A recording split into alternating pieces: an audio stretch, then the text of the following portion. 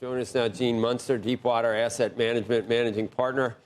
And you predicted years ago that Apple would be in our living rooms before the company launched Apple TV. And I guess you're going to be right on a lot of these things, Gene. This reminds me of Moore's Law almost. How small, how light can we get? How thin can we get? And more power every time? It's kind of amazing. Is there ever a wall that Apple's going to hit? Well, they hit a wall competitively when Huawei comes out with phones and they got to compete in China. So, the ball is always moving forward for everyone, and they've really struggled in China. If you look at the March quarter, it was down 11%. It was +4 in the June quarter. And so some of that wall they've been able to kind of ease. And I think, speaking of that wall, and that biggest wall being in China, is that the early feedback from China on these iPhone pre-orders is really strong.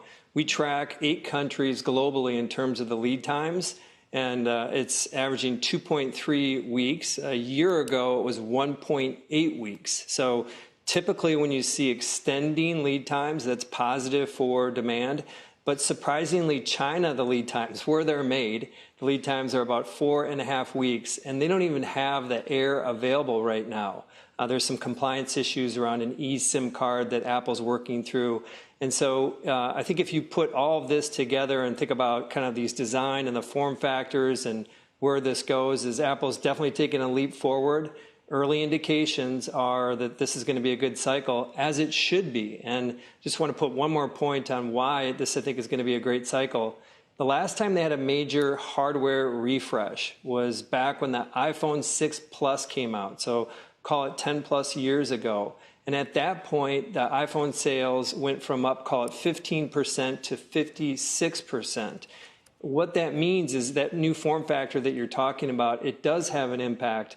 And not only do they have the new Air, but I also would argue that the new Pro lines have more of an industrial feel. I think that's going to resonate as a new form factor too. So all indications are that this is going to be a good cycle. And what about some of the other things? We love the earbuds, and I mean, is that additive to your positive opinion about Apple, or is it all based on the iPhone 17?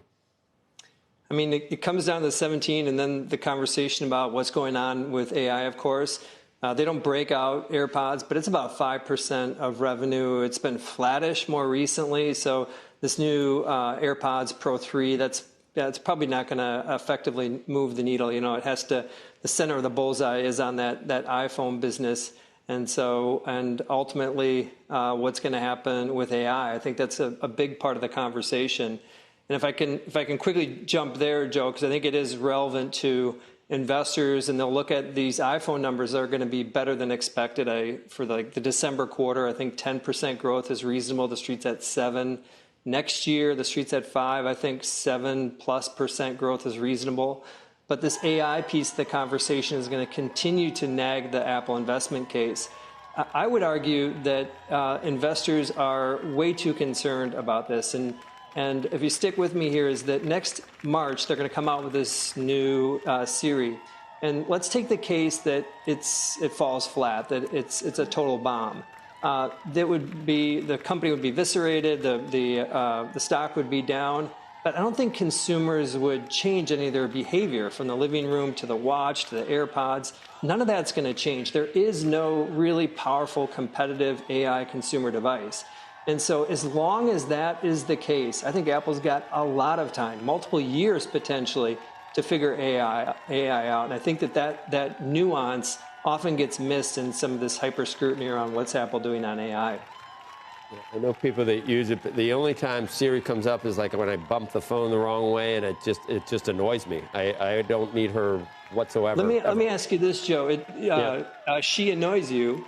Totally. But let's say that you start to hear that it's had a big improvement. Would you give it another shot, or would you say there's just too much? It's been so long, I don't even know what to use. I don't even know what to use it for. Maybe I would. You use Siri, don't you, Andrew? I do. What's your biggest use case? Transcription. No, I do that. Oh no, that just drives me crazy. She comes up with things that were never said by anyone anywhere in the universe. When I'm saying really obvious things, and I know I mumble because people tell me that all the time on Twitter, but it's horrible right now, Gene. It's like that's not even a word half the time. I just gave you the most obvious word if you have any AI at all, and you can't come up with it. So I'm not debating that it's in a bad spot right now. I think it comes down to, is Apple a company of quality, and can they fix it?